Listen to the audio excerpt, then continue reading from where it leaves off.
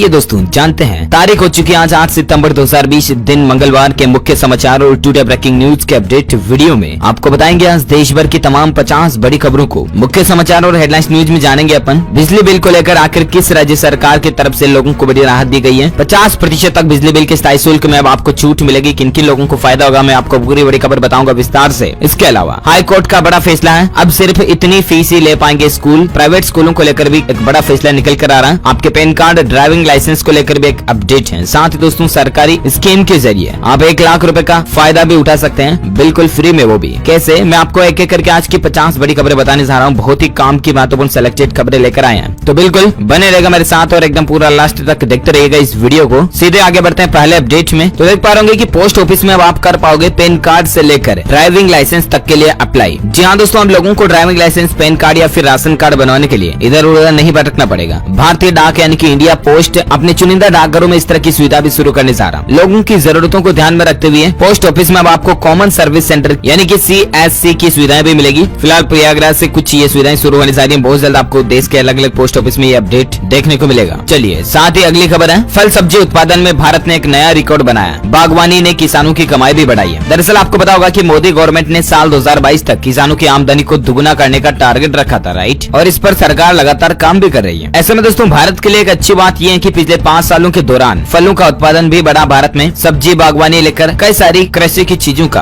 भारत में प्रोडक्शन बढ़ा। यहाँ तक कि भारत अब निर्यात भी ज्यादा कर रहा है, यानी कि दूसरे देशों में भी एग्रो एक्सपोर्ट भारत का बढ़ा है। एग्री एक्सपोर्ट जो ना कृषि उत्पादित चीजों का निर्यात, वो भी बढ़ा है। इसके कुछ डेटा और आंकड़े भी आप स्क्रीन पर देख सकते हैं। तो एटलीस्ट ये भारत के लिए बड़े ही अच्छी और गौरव की बात भी है, राइट। चलिए बात करें अगली खबर में। तो अब महाराष्ट्र के बाद इस राज्य ने भी स्टाम्प ड्यूटी घटाया है, जिसके बाद अब प्रॉपर्टी यानी कि जमीन, मकान, प्लॉट वगैरह ये खरीदना सस्ता हो जाएगा। दरअसल हाल ही में महाराष्ट्र राज्य ने स्टाम्प ड्यूटी को घटाया था और उसके बाद मध्य प्रदेश के मुख्यमंत्री शिवराज सिंह चौहान ने भी मध्य प्रदेश राज्य में प्रॉपर्टी की खरीद और बिक्री पर स्टाम्प ड्यूटी में कमी करने का निर्णय किया। और इसका सीधा मतलब ये कि अब मध्य प्रदेश में शेष में 2% तक की छूट मिलेगी, यानी कि MP में भी अब लोग बागों को घर, जमीन वगैरह खरीदने और बेचने में कुछ छूट मिलेगी। ये MP सरकार का फैसला है। चलिए साथ ही अगली खबर है कि कूड़े के बदले बांटा जा रहा गरीबों को फ्री चावल, तेल, साबुन। दरअसल इस तरह की नई योजना निकल गई है दक्षिण दिल्ली नगर निगम की तरफ से। यहाँ पर एक नई स्कीम के तहत कूड़े के बदले लोगों को राशन वगैरह का ऐसा सामान दिया जा रहा है। इससे होगा क्या, वातावरण शुद्ध होगा और कूड़ा करकट भी अलग अलग जगहों पर फका फका नहीं दिखाई देगा, बल्कि एक जगह पर रहेगा। यहाँ पर इस योजना के तहत 5 किलो प्लास्टिक के बदले 2 किलो चावल दिए जा रहे हैं, जबकि 2 किलो प्लास्टिक वेस्ट के बदले सरसों का तेल या 12 लीटर की क्षमता वाला डस्टबिन दिया जा रहा है। इसके अलावा 1 किलो गीला कूड़ा यानी कि गीला कचरा देने के बदले आधा किलो प्राकृतिक खाद और 25 किलो कूड़े के बदले डिटर्जेंट का पैकेट वगैरह दिया जा रहा है। इस तरह की योजना से नवंबर तक राशन मिलेगा लोगों को। चलिए साथ ही खबर है दोस्तों की ताजमहल के दीदार का इंतजार अब खत्म होने जा रहा है। इस दिन से आखिर ताज और किले के द्वार खुलने जा रहे हैं। जी हाँ, भारत के प्रमुख पर्यटन स्थलों में से एक ताजमहल, जो कि भारत का एक प्रतीक है, इसका पर्यटन का शौक रखने वाले लोगों के लिए एक अच्छी और खुशखबरी है। दरअसल अब आम लोगों के लिए यानी कि पर्यटकों के लिए आगरा का ताजमहल खुलने वाला है। जी हाँ, 21 सितंबर से आगरा आने वाले पर्यटक ताजमहल और यहाँ स्थित दूसरे पर्यटन स्थलों को भ्रमण कर पाएंगे 21 सितंबर से, है ना। चलिए साथ ही खबर है कि PM मोदी ने शुरू किया तीसरा राष्ट्रीय पोषण माह 2020 अभियान। ये कैंपेन आखिर क्या है, तो दरअसल आपको बता दूं इस दौरान PM मोदी ने हर भारतीय से देश को कुपोषण मुक्त बनाने में योगदान करने की अपील की है। देश में कुपोषण एक बड़ी समस्या है और इसी गंभीर स्थिति में राष्ट्रीय परिवार स्वास्थ्य सर्वेक्षण 4 के मुताबिक भारत के 38% बच्चों की लंबाई कम है, वहीं 21% बच्चों का वजन भी इसी कुपोषण की वजह से कम है। और ऐसे में इन सभी समस्याओं को निपटने के लिए PM नरेंद्र मोदी ने सबसे पहले 2018 में एक पोषण अभियान शुरू किया था। इसी क्रम में PM मोदी और गृह मंत्री अमित शाह ने तीसरे राष्ट्रीय पोषण माह 2020 की शुरुआत भी कर दी है कल ही। और इसका मकसद ये है कुल मिलाकर के हमारे भारत में हर एक नागरिक को अच्छा पौष्टिक खाना मिले, है ना। चलिए साथ ही अपडेट है कि वोडाफोन और आइडिया कंपनी ने मिल करके अपनी एक नई ब्रांडिंग लॉन्च की है। कंपनी ने अपना लोगो भी चेंज कर दिया। अब इसकी ब्रांडिंग को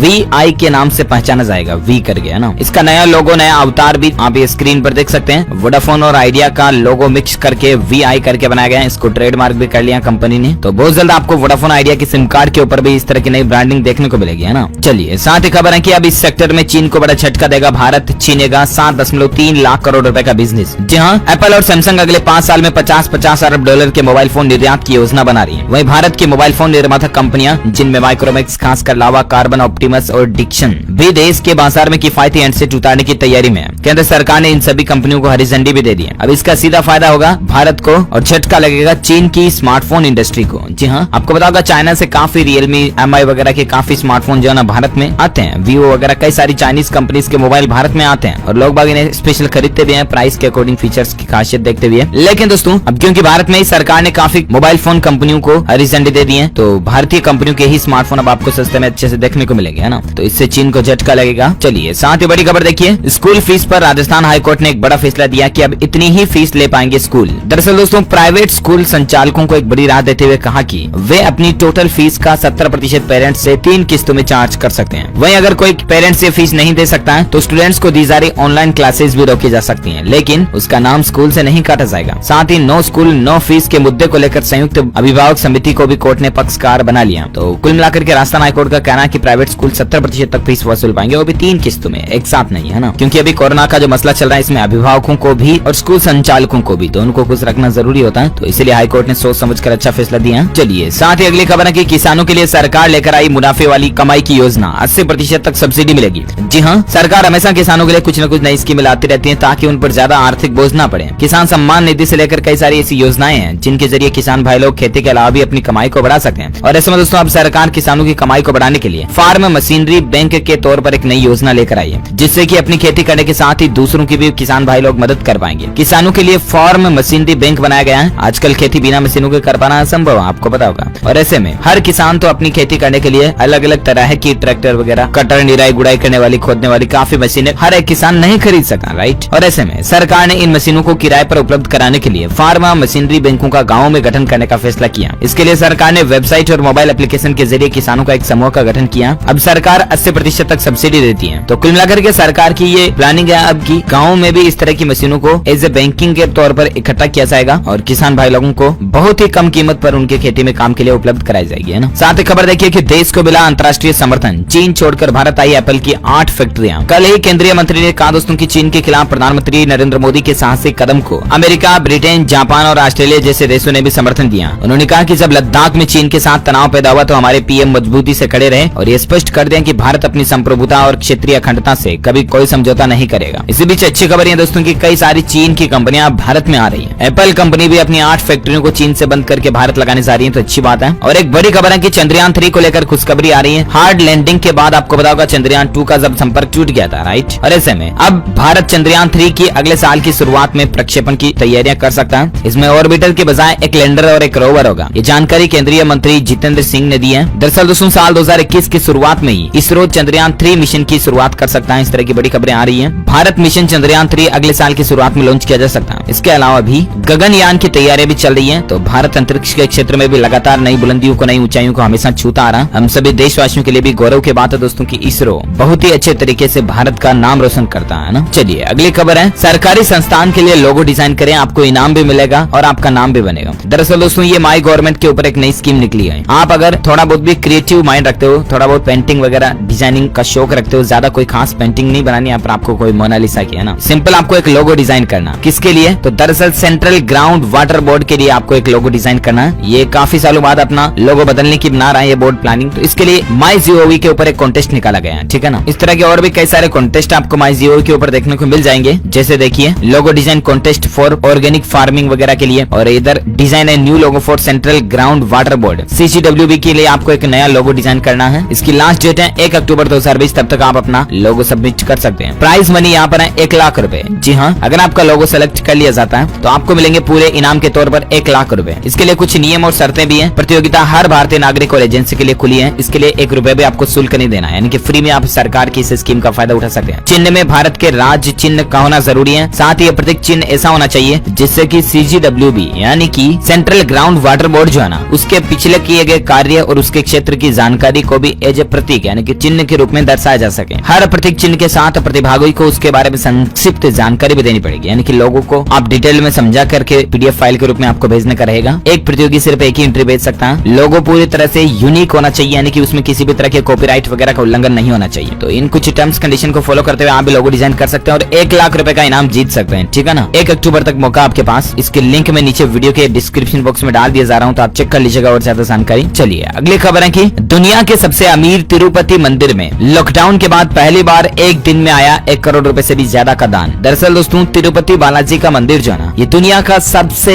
रिचेस्ट टेम्पल यानी कि सबसे अमीर मंदिर माना जाता है। तो देखिए यहाँ पर दोस्तों गोटा वाले हनुमान जी की लीला देखिए, एक दिन में 1 करोड़ रुपए से भी ज्यादा का दान मिला। आपको बता दें मंदिर को 11 जून से तीर्थ यात्रियों के लिए फिर से खोल दिया गया, लॉकडाउन में बंद किया गया था, तो है ना। चलिए अगली खबर है, पीएम मोदी का कहना है कि रटने पर नहीं बल्कि सीखने पर जोर देती है नई शिक्षा नीति। न्यू एजुकेशनल पॉलिसी का जो सरकार ने हाल ही में गठन किया था, उस पर प्रधानमंत्री नरेंद्र मोदी जी ने कुछ खासियतें उसकी और कुछ खास चर्चा भी बताई है। दरअसल कल ही नई राष्ट्रीय शिक्षा नीति 2020 को लेकर आयोजित एक सम्मेलन को संबोधित करते हुए प्रधानमंत्री नरेंद्र मोदी ने सोमवार को कहा दोस्तों की नई राष्ट्रीय शिक्षा नीति एक बहुत ही प्रासंगिक है और इस पर बहुत मंथन भी किया गया। लाखों लोगों ने इस शिक्षा नीति के लिए सुझाव भी दिए। उन्होंने कहा दोस्तों की शिक्षा नीति से शिक्षक, अभिभावक और छात्र छात्राएं जितना ज्यादा जुड़े रहेंगे उतना ही अच्छा रहेगा। उन्होंने कहा कि नई शिक्षा नीति के लिए देश भर से करीब 2 लाख से ज्यादा लोगों ने अपने सुझाव दिए थे। उन सब सुझावों का अध्ययन करने के बाद इस नीति को अंतिम रूप दिया गया। ये नीति रटने की बजाय सीखने पर ज्यादा फोकस करती है। इस पॉलिसी में प्रोसेस से ज्यादा पेशन और प्रैक्टिकली और परफॉर्मेंस पर बल दिया गया। इसमें फाउंडेशन, लर्निंग और लैंग्वेज पर भी फोकस है। तो कुल मिलाकर के अच्छी बात है, हमारे देश में एजुकेशन में एक बहुत बड़ा बदलाव होने जा रहा, चेंजेज होने चाहिए, है ना। चलिए अगली खबर में बात करें, सुशांत सिंह केस को लेकर खबर देख पा रहे होंगे कि रिया चक्रवर्ती ने सुशांत की बहन और डॉक्टर तरुण कुमार पर भी धोखाधड़ी का केस दर्ज करा दिया। अब उल्टा मसला चल रहा। सुशांत सिंह राजपूत मामले में सोमवार को एक बार फिर से रिया चक्रवर्ती एनसीबी दफ्तर भी पहुंच गई थी। एनसीबी यानी कि नारकोटिक्स कंट्रोल ब्यूरो जो है ना, उस ऑफिस में रिया से दूसरे दिन भी पूछताछ की गई। ड्रग्स वगैरह को लेकर भी रिया ने कुछ खुलासे किए थे, मैंने आपको बताए थे। वहीं इसी बीच अब बॉलीवुड एक्ट्रेस कंगना रनौत भी कोई कंट्रोवर्सी में पड़ चुकी है और उसके बाद सरकार ने कंगना रनौत को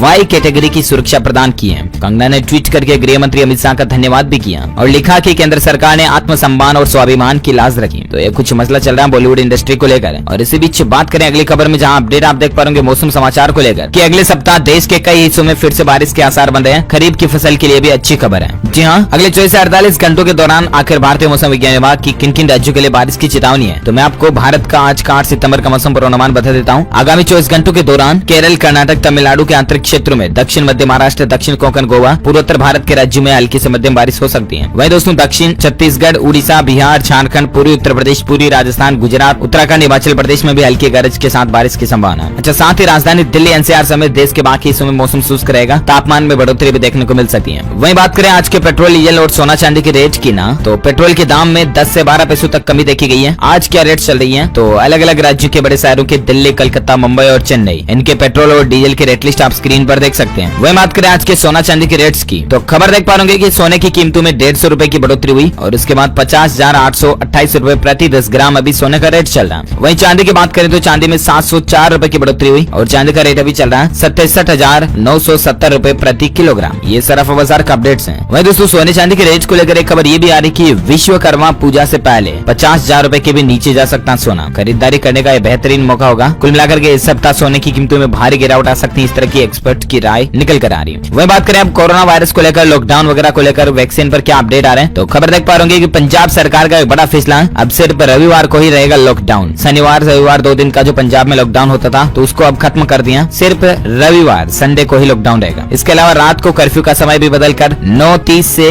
सुबह 5 बजे तक कर दिया। अच्छा, और एक बड़ी खबर देख सकते हैं, खुशखबरी है। रूस ने एक बड़ा दावा किया, इस सप्ताह से आम लोगों को भी कोरोना वैक्सीन का टीका मिलना शुरू हो जाएगा। दरअसल हाल ही में 11 अगस्त को आपको बताओगा रूस के राष्ट्रपति व्लादिमीर पुतिन ने दुनिया की पहली कोरोना वैक्सीन को लॉन्च किया था और इस वैक्सीन का नाम रखा स्पुतनिक। और इसी बीच अच्छी बात है कि इस सप्ताह से ही आम लोगों को भी ये वैक्सीन का टीका मिलना शुरू हो जाएगा। देखते हैं दोस्तों आम लोगों के बाद इस वैक्सीन का रिएक्शन क्या देखने को मिलता है। स्वास्थ्य मंत्रालय की मंजूरी का भी फिलहाल इस पर इंतजार दिखाई दे रहा है। 10 तारीख के बाद ये आम लोगों के लिए वैक्सीन मिल सकती है, इस तरह की प्लानिंग चल रही है। चलिए अगला अपडेट देख सकते हैं कि मरीजों की कमी के कारण बंद किया जाएगा देश का सबसे बड़ा कोविड केयर सेंटर। जी हाँ, हालांकि भारत में हर रोज तकरीबन 80,000 से ज्यादा नए संक्रमित मामले सामने आ रहे हैं कोरोना के, राइट। लेकिन ऐसे समय में भी दोस्तों कर्नाटक राज्य में एक ऐसा कोविड अस्पताल बनाया गया है, हाल ही में आपको बताऊंगा, जो कि देश का सबसे बड़ा कोविड केयर सेंटर भी माना जाता है, क्योंकि यहाँ पर 10,000 से भी ज्यादा बेड की सुविधा है। लेकिन दोस्तों कर्नाटक की राजधानी बेंगलुरु में स्थित ये अस्पताल भारत का सबसे बड़ा कोविड केयर सेंटर होने के बावजूद भी 15 सितंबर से इसको बंद कर दिया जाएगा। चलिए और एक खबर है, अनलॉक 4 के तहत तहत बिहार में पटना में 21 सितंबर से 9वीं क्लास के ऊपर के बच्चे स्कूल जाकर शिक्षकों से गाइडेंस वगैरह ले पाएंगे, यानी कि शिक्षकों से अपनी कोई समस्या का समाधान वगैरह कर पाएंगे, ठीक है ना। और एक बड़ी खबर देखिए जरा, शिक्षा मंत्री का बड़ा बयान निकल कर आ रहा है कि अब हम स्कूल कॉलेज वगैरह खोलने के लिए भी तैयार हैं। हालांकि देश में कोरोना का कहर जारी है, लेकिन भारत अब अनलॉक 4 में पहुंच चुका। अनलॉक की प्रक्रिया में बस, ट्रेन, मेट्रो के साथ साथ धार्मिक स्थल भी खोले जा रहे हैं। कोरोना की वजह से देश में मार्च के आखिरी सप्ताह से स्कूल कॉलेज बंद है, जिसकी वजह से छात्रों की पढ़ाई का भी बहुत नुकसान हो रहा है। अब हर कोई स्कूल खुलने का इंतजार कर रहा है और अब इसी बीच एक अच्छा बयान निकल कर आ रहा है शिक्षा मंत्री का कि अब हम स्कूल कॉलेज खोलने की ओर आगे बढ़ रहे हैं। और देखते हैं, हो सकता है कि अक्टूबर महीने के बाद से सरकार कोई फैसला ले स्कूल कॉलेजों को खोलने का। फिलहाल दोस्तों, भारत के आज के ताजा आंकड़ों की अगर बात करें ना, तो भारत में पिछले 24 घंटों के दौरान अच्छी बात है कि ज्यादा गंभीर मामले बढ़ते हुए नहीं दिखाई दी। पिछले 24 घंटों में 75,000 समथिंग नए बढ़ोतरी देखने को मिली नए मामलों में। और उसके बाद भारत में भी कुल संक्रमितों की संख्या 42,77,000 चल रही है, जिसमें से 8,82,000 एक्टिव है, यानी कि सक्रिय जिनका इलाज चल रहा है, जबकि 33,21,000 से भी ज्यादा लोग ठीक हो चुके हैं। वहीं दोस्तों, इस वायरस से भारत में मरने वालों की कुल संख्या 72,800 से भी ज्यादा हो चुकी है। तो ये तरह ताजा आंकड़ा। और आइए अब नजर डालते कुछ और बड़ी खबरों में, जहां अपडेट आप देख पा रहे होंगे। बिजली बिल को लेकर एक बड़ी राहत दी है। दिल्ली के मुख्यमंत्री अरविंद केजरीवाल सरकार ने कोरोना महामारी के संकट के दौर में कारोबारियों को एक बड़ी राहत दी है। और ऐसे में दोस्तों, दिल्ली के मुख्यमंत्री ने ऐलान किया है कि दिल्ली के जो औद्योगिक और व्यावसायिक उपभोक्ता है ना, उनका बिजली बिल जो कि लॉकडाउन के दौरान बंद था, औद्योगिक व्यापारिक इकाइयां, उनके बिजली बिल में स्थायी शुल्क में 50% तक की छूट रहेगी। व्यापारियों ने भी हाल ही में कुछ मांगे वगैरह की थी, तो इसी पर सरकार ने एक अच्छा और बड़ा फैसला लिया है। चलिए साथ ही अगली खबर है,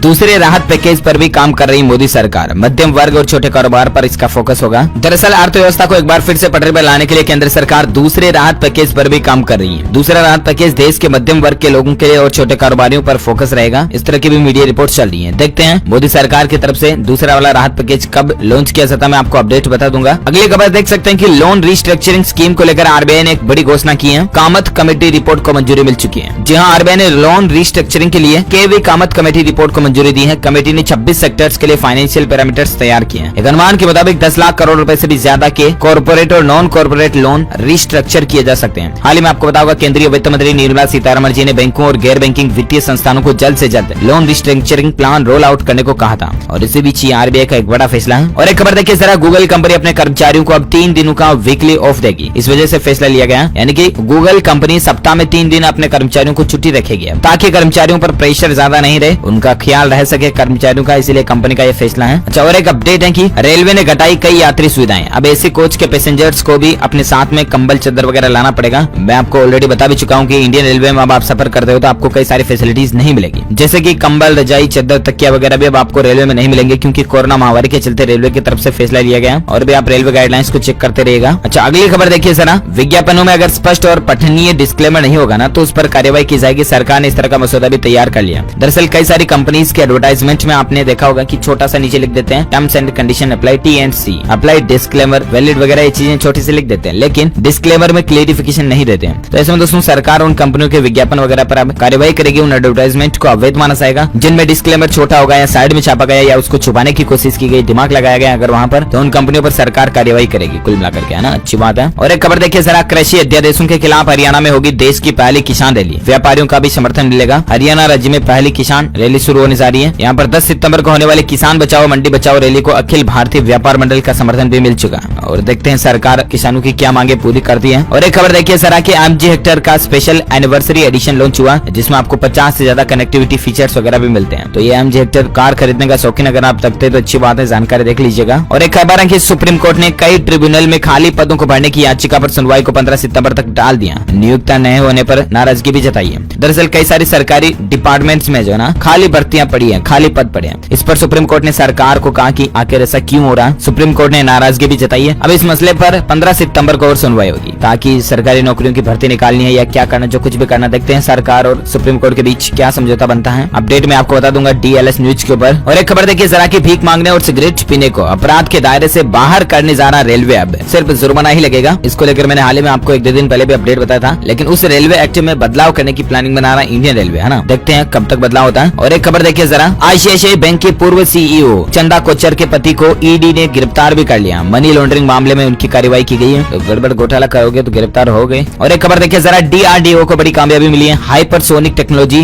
डेमोन्स्ट्रेटर व्हीकल का सफल परीक्षण किया गया। आखिर ये HSTDV क्या है, तो जो कुछ भी है कुल मिलाकर के आप ये समझ लीजिए, हाइपरसोनिक टेक्नोलॉजी का जो एक व्हीकल है, इसका सफल परीक्षण देश के रक्षा अनुसंधान क्षेत्र में किया गया। तो ये भारत के लिए एक बड़ी कामयाबी है है ना। अच्छा, और एक अपडेट है इंडियन रेलवे की तरफ से कि रेलवे के इतिहास में पहली बार दौड़ेंगी क्लोन ट्रेनें। जहां कोरोना संक्रमण के बढ़ते मामलों के बीच आर्थिक गतिविधियां पटरी पर आ रही धीरे धीरे, और ऐसे में रेल और मेट्रो ट्रेन का परिचालन भी धीरे धीरे चालू होने जा रहा, राइट। और ऐसे में रेलवे यात्रियों को देखते हुए कई जोड़ी विशेष रेलगाड़ियों को चलाने की घोषणा की गई है। और ऐसे में रेलवे के इतिहास में पहली बार क्लोन ट्रेन चलाने की कवायद भी तेज हो चुकी है। रेलवे ने इसको लेकर घोषणा भी की है। रेलवे बोर्ड के अध्यक्ष ने कहा, दोस्तों की विशेष ट्रेन के लिए जब भी जरूरत होगी, जहां भी प्रतीक्षा सूची लंबी होगी, हम मूल ट्रेन के बाद उसी तरह की क्लोन ट्रेन चलाएंगे ताकि यात्री उसमें यात्रा कर पाए, ताकि रेल यात्रियों को कोई दिक्कतें ना हो रूट में यात्रा करने के दौरान। अच्छा, इसी बीच एक अच्छी खबर है कि रूस ने कोरोना वैक्सीन का डेटा भारत के साथ शेयर भी किया, जिससे जल्दी कोई बड़ी खुशखबरी मिलने की उम्मीद भी जताई जा रही है। रूस ने अपना डेटा भारत के साथ शेयर किया ना, अच्छी बात है। और एक खबर देखिए जरा कि पाकिस्तान पर 6 अरब डॉलर का जुर्माना हुआ तो पाकिस्तान ने कहा कि कोरोना से बर्बाद हो गया, नहीं दे पाऊंगा मैं। जहां पाकिस्तान पर एक अंतर्राष्ट्रीय ट्रिब्यूनल द्वारा उस पर लगाए गए 5.8 अरब डॉलर के जुर्माने को उलटने की मांग की है। देखिए जरा, पाकिस्तान ऑलरेडी हालात ये कि पाकिस्तान बिल्कुल पूरा भूखे कंट्री बन चुका, लेकिन उसके बावजूद भी आतंकी गतिविधियां करता नहीं रुका, जैसी करनी वैसी भरनी। और इसी के साथ ही दोस्तों आज दिन भर के तमाम बड़ी खबरें, मुख्य समाचार, टुडे ब्रेकिंग न्यूज का वीडियो यही फिनिश होता है।